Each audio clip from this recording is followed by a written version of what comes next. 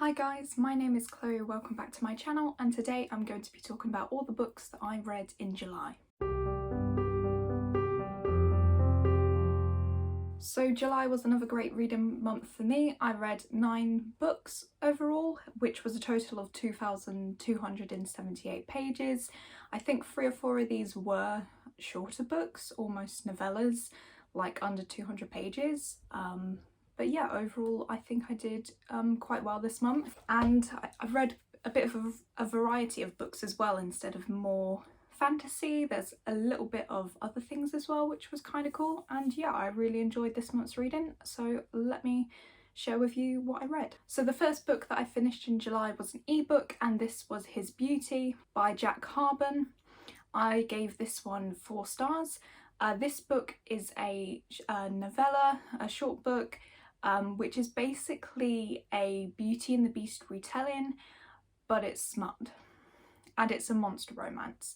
That's basically all there is to say about this book. I did really enjoy it. I got through it pretty quickly. I read it in basically one sitting just because how short it was. Yeah, it was very weird at first because I've mentioned before Beauty and the Beast is one of my favourite movies.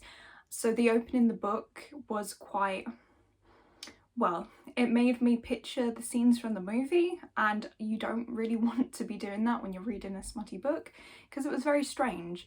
But thankfully after the first quarter or third it diverged so much that it wasn't an issue anymore. And yeah, I really enjoyed it.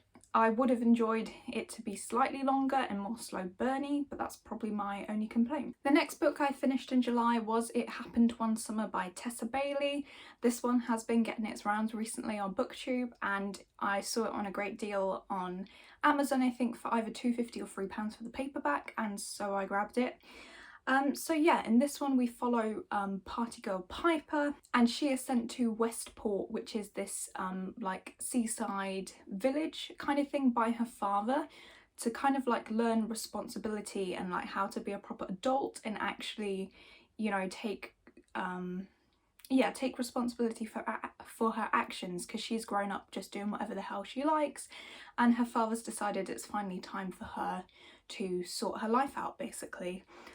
So yeah, she does, her sister does offer to go with her, which is nice, and they have to spend a few months trying to do up this pub, I think it is, to show her dad that she is capable of, you know, functioning as an adult.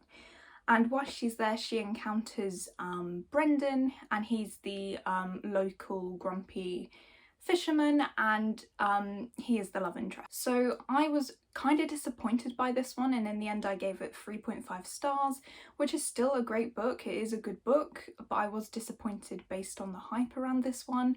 I did really like the setting. It was the perfect time to read it, being by the sea. We're by the sea in this book and it's lovely, the atmosphere is great. I also enjoyed the side characters more, so other residents of the village, and I really enjoyed Piper's relationship with her sister in this one. Unfortunately the romance was a bit hit and miss for me. Like, I enjoyed it initially, didn't in the middle, and I enjoyed it in places, but overall I didn't really buy their relationship too much. So yeah, as a romance, not great, but I did like the setting and stuff, so that was good. I'm probably not going to continue with this series because I think we do follow Piper's sister in the second book, and unless I see it for another really cheap deal, or even I might just get it on ebook, but I'm probably not going to continue with the series for this one.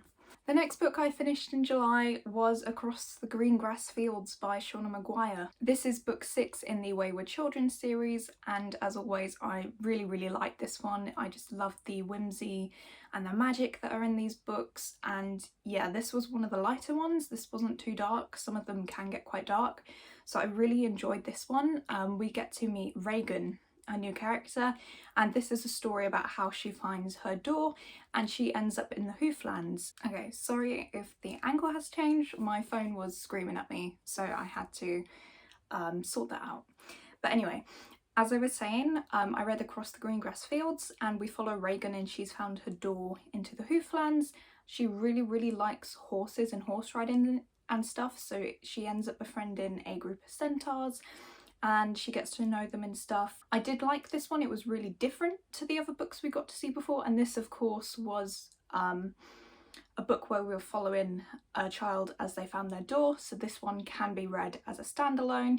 This is probably at the one of my least favourite ones, but I still gave this one 4 stars in the end just because I enjoyed the whimsy nature of this book. Next, I also read Where the Drowned Girls Go by Seanan McGuire. This is the latest book in the Wayward Children's series, book 7. And this one was really interesting because we got introduced to the Whitethorn Institute, which is another school that these children can go to.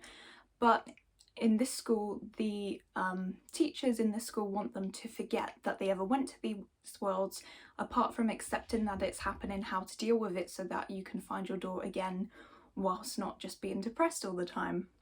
So yeah, in this one we follow Cora, who we've met before in the other worlds, as she's transferred to this school. And yeah, this one was quite creepy. The school was really creepy and unsettling. The headmaster in particular, so that was really great. I loved the atmosphere. At this school as well, we got introduced to at least 3 or 4 more characters. It might be 3 characters that Cora gets to know as her roomies, and they talk briefly about their worlds. I think one of them ended up meeting the is it the Rat King or the Mouse King at some point. That was kind of interesting, and one of the girls mentioned a Halloween inspired world, so I really want a book set in that world because all I could think about was The Nightmare Before Christmas. That screamed at me and I was like, yes, I want that book. So fingers crossed for that. But yeah, overall I enjoyed this one and I did give it 4.5 stars. The next book I finished in July was also another ebook, another novella again, and this was The Risk by S.T. Abbey. This is book 1 in the Mindf series, and this series is basically more romance, but we follow a serial killer called Lana, and she is trying to track down these guys she wants to take revenge on these guys from her past who raped her, and I think either raped or tortured her brother as well, which was awful. But yeah, in this one we follow her as she plots her murders and stuff and revenge, but she also stumbles across an FBI detective called Logan, and she initially is just intrigued by him and starts flirting with him, and their romance goes from there. So yeah, this one was really intriguing. This one's definitely super dark. There are scenes of torture and it is quite gory in places, not related to the romance. She wants to hide that from Logan. It would be awful if he found out. But yeah, I really like this one. It's really different to the dark romances I've read before, because those have primarily been like paranormal romances, I think, and the characters are usually the guy. The darker characters are usually the guy who the girl falls in love with, but this one we just have a serial killing woman.